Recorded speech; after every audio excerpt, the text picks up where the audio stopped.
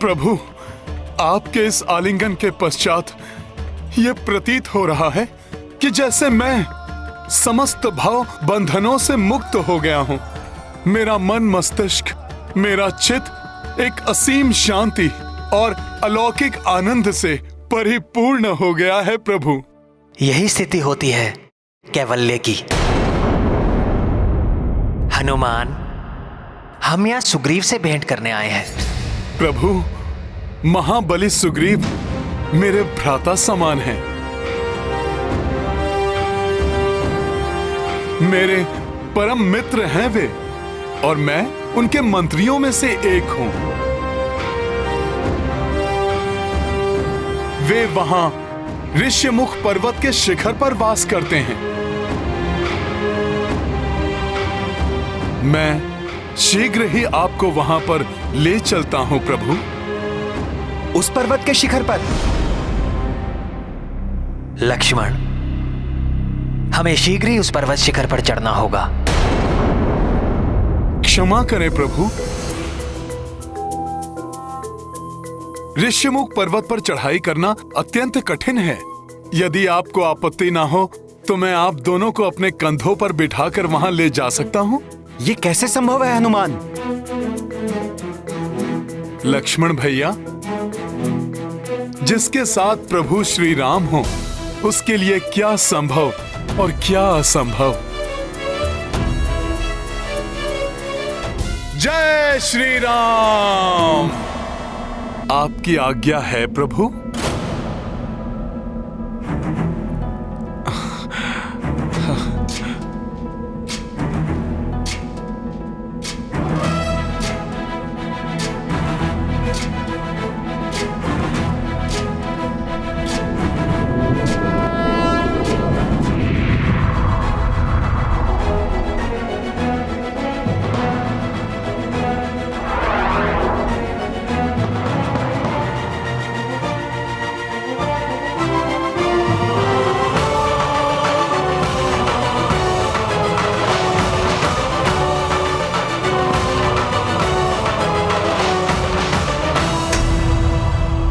आइए प्रभु, आइए भ्राता लक्ष्मण,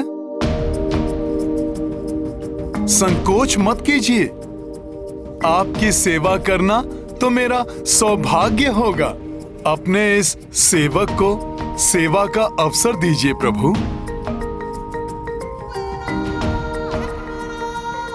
लक्ष्मण,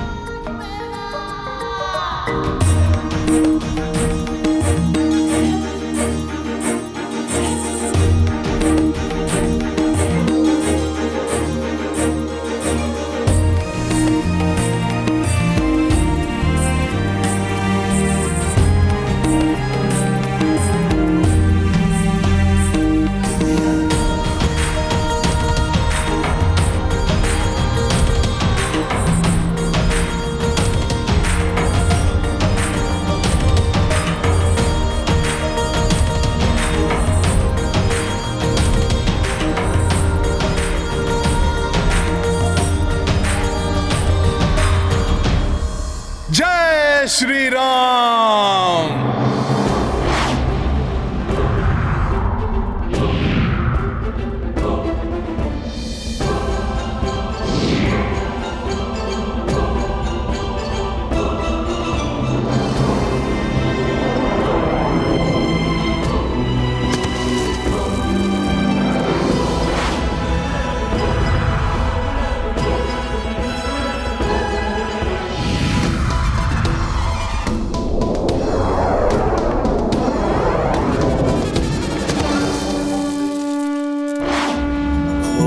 के हे तू जानकी माई, राम लखन पंपासुर आई।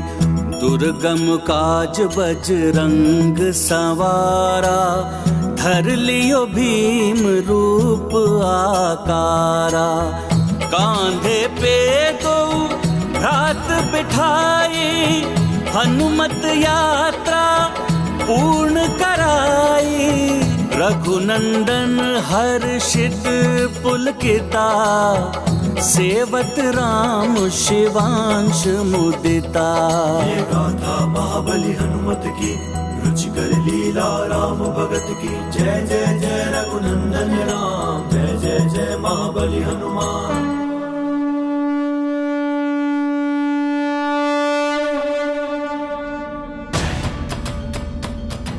महाराज सुग्रीव, वो देखिए हनुमान जी आ गए। उनके साथ 2 तपस्वी भी हैं।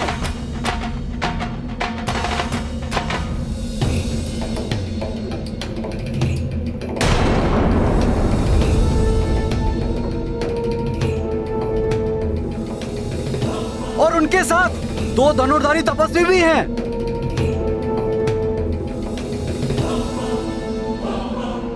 हनुमान इन धनुर्धारियों को यहाँ क्यों ला रहे हैं? न जाने ये मित्र हैं या शत्रु।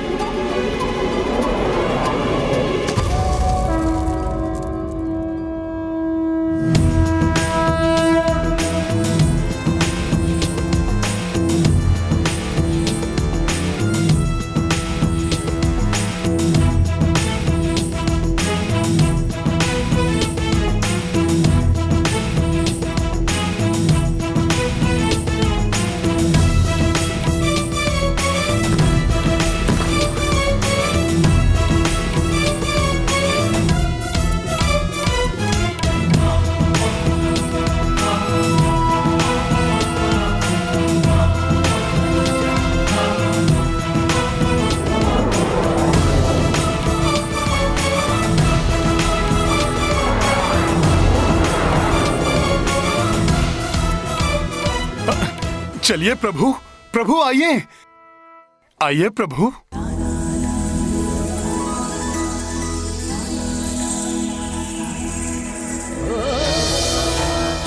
भ्राता सुग्रीव, ये प्रभु श्री राम हैं और ये इनके अनुज भ्राता लक्ष्मण, कौशलाधिपति महाराज दशरथ के पुत्र हैं ये।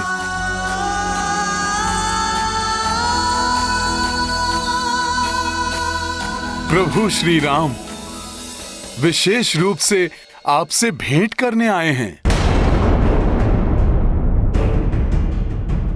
प्रभु श्री राम, ये महाबली सुग्रीव हैं। प्रणाम महाराज।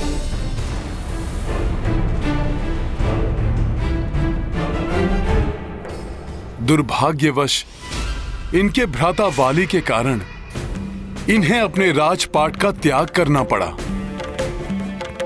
और ऋष्यमुख पर्वत पर शरण लेनी पड़ी।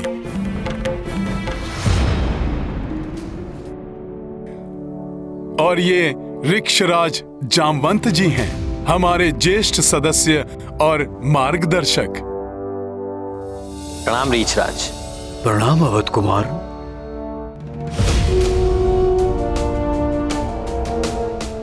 वानरराज सुग्रीव जी, हम यहाँ इसलिए आए हैं कि आप मेरी भार्या सीता को ढूंढने में मेरी सहायता करें। राक्षस राज रावण उन्हें अपहृत करके अपने विमान में कहीं ले गया है। विमान से?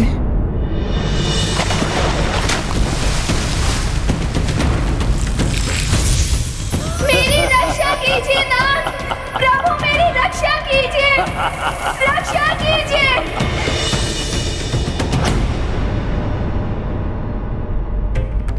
हनुमान को क्या हुआ अकस्मात?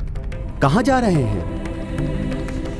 मुझे आपसे सहायता प्राप्त करने का सुझाव महातपस्विनी माता शबरी ने दिया था। श्री राम, मैं आपकी भार्या को ढूंढने में आपकी सहायता अवश्य करता, किंतु इस समय मैं ऋष्यमुख पर्वत की सीमा से बाहर नहीं जा सकता। इस सीमा को लांघते ही वाली भैया अवश्य मेरा वध कर देंगे। वध कर दूंगा मैं उस पीठ पीछे वार करने वाले कायर भाई सुग्रीव का। वास्तव में वो मेरा भाई नहीं, शत्रु है, मात्र शत्रु।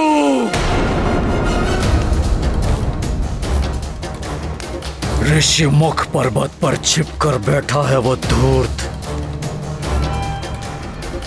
मैं उस संपूर्ण पर्वत को जलाकर ही भस्म कर दूंगा। स्वामी, जो भी करना हो सोच विचार करके कीजिएगा। सुना है उस पर्वत पर हनुमान और सुग्रीव के साथ कुछ और योद्धा भी जुड़ गए हैं।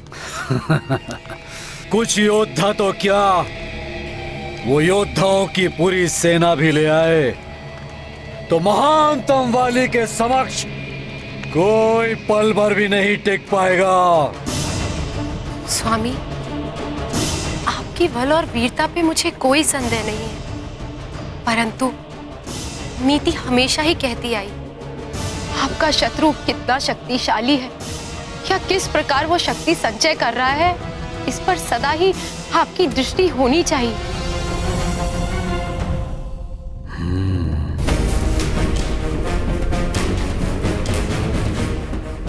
सत्य कह रही हो तुम। मैं शीघ्र ही अपने गुप्तचरों को वहां भेजूंगा। मैं भी तो देखूं किसे बुलाया अपनी सहायता के लिए उस कायर ने। श्री राम, पत्नी विछोह की पीड़ा मैं भली भांति समझ सकता हूं, क्योंकि मेरी पत्नी को भी बलपूर्वक मुझसे दूर कर दिया गया है। प्रभु, प्रभु श्री राम,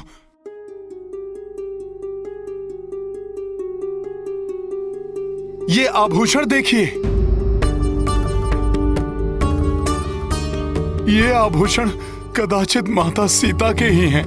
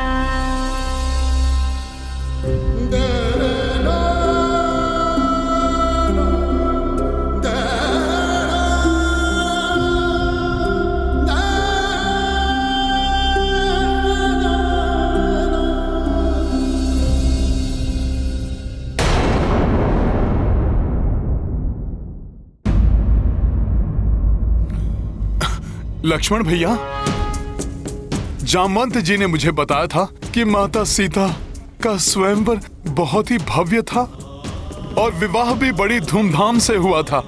फिर ऐसा क्या हो गया कि प्रभु श्री राम माता सीता से विलग हो गए हैं।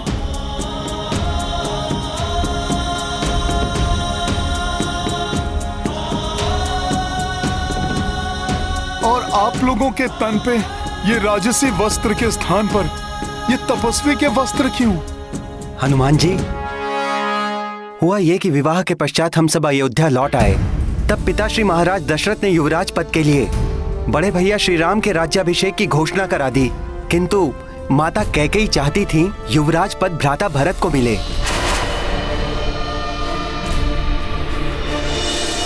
पर ये तो अनुचित है। प्रभु श्री राम तो ज्येष्ठ हैं और भ्राता भरत कनिष्ठ। हाँ, किंतु एक समय पिताश्री ने माता कैकेयी को 2 इच्छित वर कभी भी मांगने का वचन दिया था। उसी वचन का लाभ उठाया माता कैकेयी ने। फिर कौन से 2 वचन मांगे माता कैकेयी ने? भ्राता भरत के लिए सिंहासन और भैया राम के लिए 14 वर्ष का वनवास।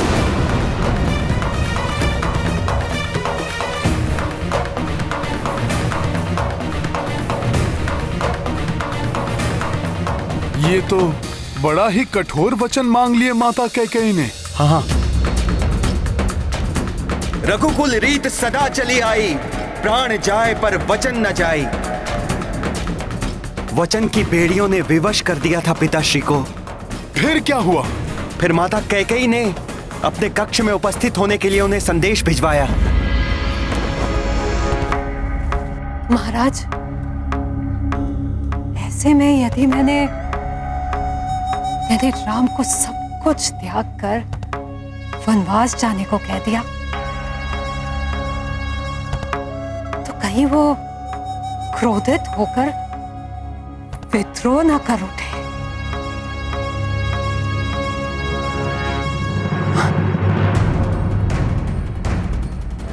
हो सकता है महाराज, हो सकता है कि वो मुझ पर आक्रमण भी कर दे। तब तो तुमने अब तक राम को पहचाना ही नहीं। मैं ये सब कुछ भी नहीं जानती।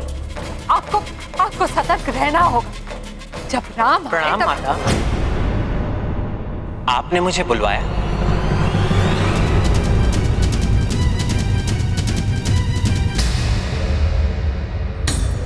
राम, मेरे पुत्र। ये क्या माता?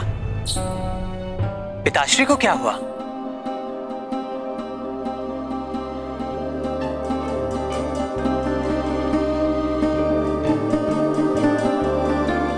पिताश्री। राम, राम। पिताश्री, आप कुशल तो हैं ना? ये कुशल से है, इनकी चिंता तुम मत करो। राम, मैंने तुम्हें यहाँ किसी विशेष कारण से बुलाया।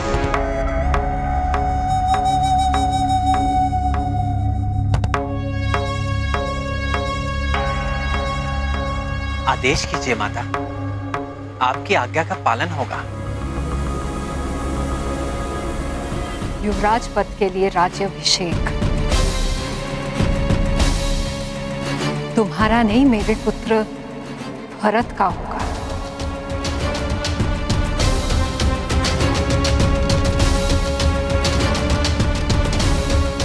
और तुम्हें 14 वर्षों के लिए वन में वास करना होगा।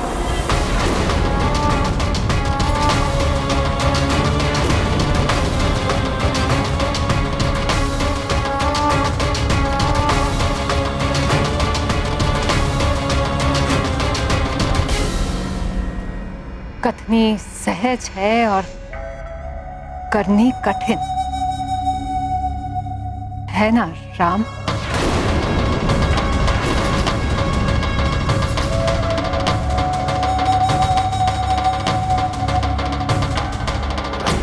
आपकी आज्ञा मुझे स्वीकार है माता।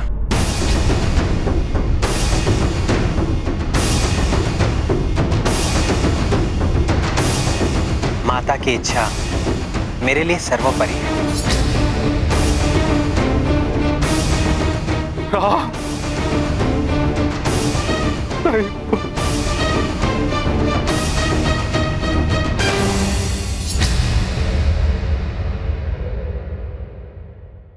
महान आत्मा हैं प्रभु श्री राम, जो उन्होंने माता के अन्यायपूर्ण आदेश को भी बड़ी सहजता और प्रसन्नता के साथ स्वीकार किया। हाँ, माता की इच्छा पूर्ति के लिए उसी क्षण भैया राज सुख को त्यागने के लिए तत्पर हो गए। भाभी माँ ने भी साथ जाने की ठान ली और मैं तो ठहरा बड़े भैया की परछाई। मैं इनके बिना कैसे रह सकता था।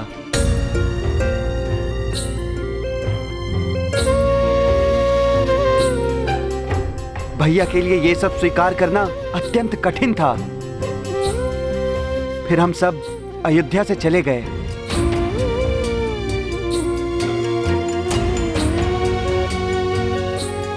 तेरह वर्षों तक हमने वनों में सुखपूर्वक जीवन व्यतीत किया, अनेकों ऋषि मुनियों का आशीर्वाद प्राप्त किया, किंतु वनवास के अंतिम वर्ष में दुर्भाग्य की काली छाया ने हमारे सुखों को लील लिया। दुर्भाग्य की काली छाया ने हमारे सुखों को लील लिया। काली छाया ने हमारे सुखों को लील लिया। मैं हूँ सूर्पनखा।